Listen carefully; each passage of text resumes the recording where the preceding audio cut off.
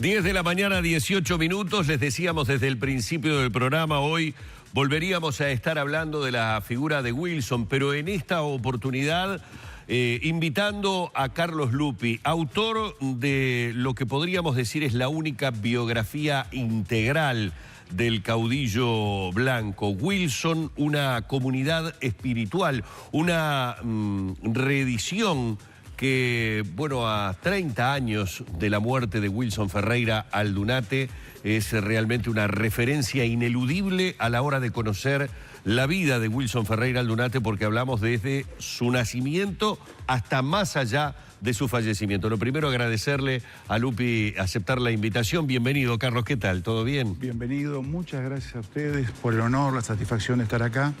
Y sí, es muy emocionante a 30 años de el tránsito a la inmortalidad de Wilson, que el Uruguay entero lo esté recordando. Hay una película magnífica de Mateo Gutiérrez, hubo una parodia de Aristófanes que, en fin, no sé cómo le habrá ido, pero era un esfuerzo muy bueno.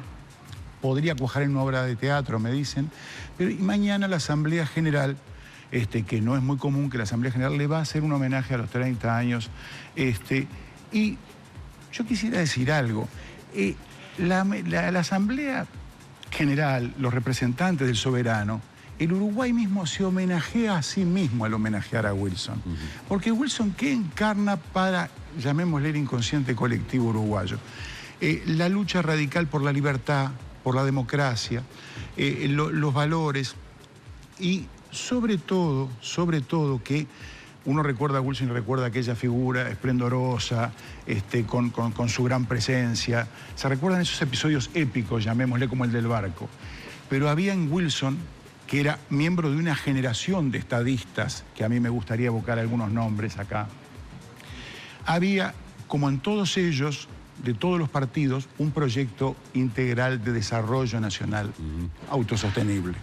Es decir, eran hombres que vivían discutiendo proyectos de país. Y eso,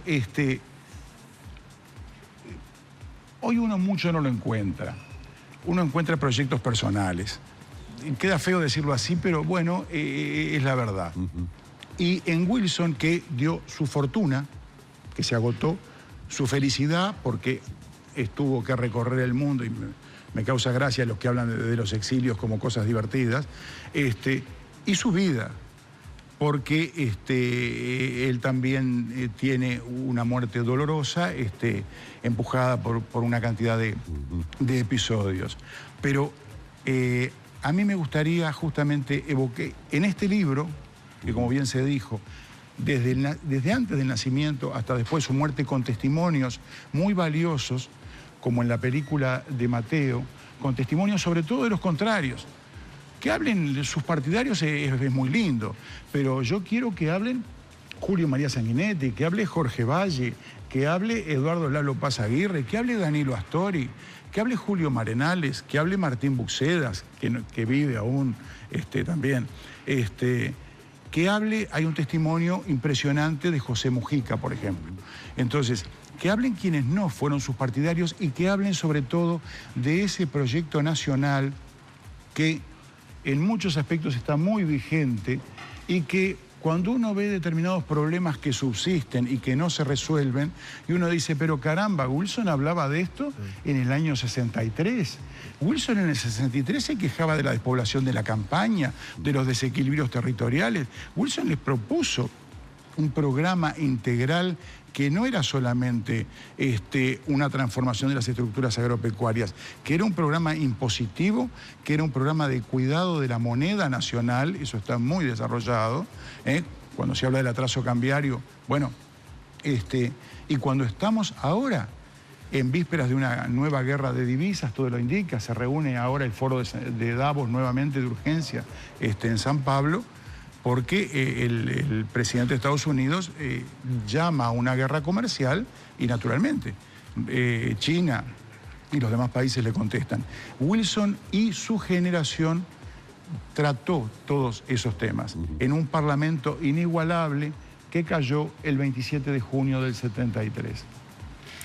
Uno cuando recuerda la figura de Wilson, a través de pasajes que fueron históricos, lo ve como un hombre que sobresalía por su estatura, obviamente de político, pero con una generación que hay que recordar lo que era, ¿no? Es decir, a ver, ¿qué quiero decir con esto? Y por favor que no se tome como una ofensa.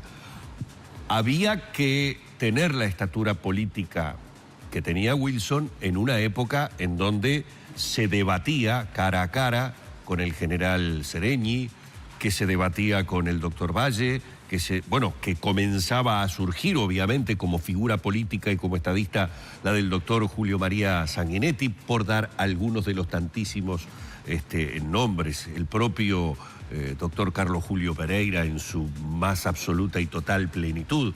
A lo que voy es, una generación icónica del Uruguay. Ya no existe ese tipo de político, por llamarlo de alguna manera, de la estatura de Wilson que tiene esa posibilidad de sobresalir frente a sus iguales por esa visión tan generosa, podría decir, que tenía sobre el país. El mundo cambió naturalmente en 50 años y el mundo fue generando nuevos liderazgos. Hoy son muy pocas, muy contaditas con la mano las figuras políticas que uno desapasionadamente ve y que dice, caramba, acá hay un proyecto de país, acá hay una respuesta seria, acá hay una respuesta integral, acá si planteamos, este hombre viene a hablar de problemas, no de cuestiones. Pero esa generación que usted nombró, yo quisiera agregar más nombres, sí, porque fue un parnaso. Fíjense ustedes que yo empecé a militar muy chiquito, nací en una familia colorada, y vallista. Y en mi familia había una gran admiración por José Valle y Ordóñez, que yo la mantengo sin ningún problema. Y se conversaba con él. O mejor dicho, bueno, uno le decía las cosas. Sí. Pero en esa generación, fíjese usted que en los tres partidos, yo muy chiquitito, esa es otra, los jóvenes militábamos todos. Todos estábamos detrás de proyectos de país, vivíamos discutiendo. En el liceo, en lo que entonces era preparatorio, en la universidad, faltábamos a clase para ir a escucharlos al Parlamento. Yo no veo a nadie hoy. Oye, eso es impensable. Eso es impensable. Y no sería bueno, además. Perdón lo que estoy diciendo. Es otro parlamento, iba a decir. Y no sería bueno. Pero yo les pido que, miren, en el Partido Colorado, yo muy chiquitito, a los 15 años, un chiquilín, 16 años, podía transitar todos los entresijos del Parlamento, sin ningún problema. Y podía parar a gigantes como eran, porque eran gigantes, y conversar con ellos, y ellos les dedicaban su tiempo. En el Partido Colorado, Luis Hierro Gambardella, Maneco Flores Mora, el Eduardo Lalo Paz Aguirre, pachequistas, lo más alejado de... Yo recuerdo un pachequista, Carlos W. Sigliuti, de Canelones. De Canelones, profesor. Maravilloso. Que gente de blancos y gente del frente, íbamos a escuchar sus discursos que eran extraordinarios, con su proyecto que no compartíamos, pero que estaban siempre cruzados por citas de mitología griega y de filosofía griega. Entonces, escuchar a Sigliuti, solamente eso. En el Partido Nacional teníamos a Wilson, pero teníamos a Ardo Ortiz, teníamos a Walter Santoro, a Zabalza, al Toba, mártir de la democracia uruguaya, Héctor Toba Gutiérrez Ruiz. Y en el Frente Amplio, yo quiero recordar la figura gigantesca a la que mucho traté por la amistad que tenía con Wilson, de Selmar Michelini, que hubiera sido también un extraordinario presidente de la nación, de la República. Es decir, Wilson, cualquiera de los que nombré, Selmar Michelini, Juan Pablo Terra, el hombre que introduce una cantidad de disciplinas. El doctor Hugo Batalla, que durante añares fue el abogado de todos los presos políticos, luchando en forma permanente por sus derechos con la dictadura, y que, bueno, alguna vez hemos comentado aquí con más de un politólogo, figura que de alguna manera ha quedado desdibujada dentro de la izquierda uruguaya por su último pasaje nuevamente a filas del vallismo del Partido Colorado, pero circunstancias, digamos, políticas. Carlos, me interesa conocer, por ejemplo, nombraste muchos políticos destacados, hasta el propio presidente de la República vuelca opiniones en el libro sobre la figura de Wilson. ¿Qué dice Mujica? Mujica, yo tengo que contar el episodio, porque yo le voy a pedir a Mujica En el año 2003 era un oscuro parlamentario, ¿no? O sea, uno veía allí, pero yo le voy a pedir un testimonio sobre Wilson. Él fue militante de la Juventud Herrerista, claro.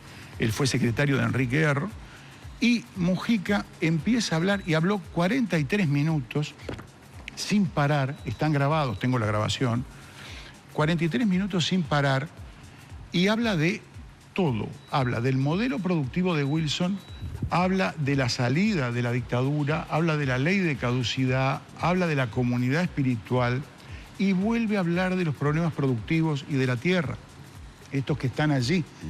Vuelvo al tema, Wilson en el 63, ¿y saben de qué se quejaba Wilson?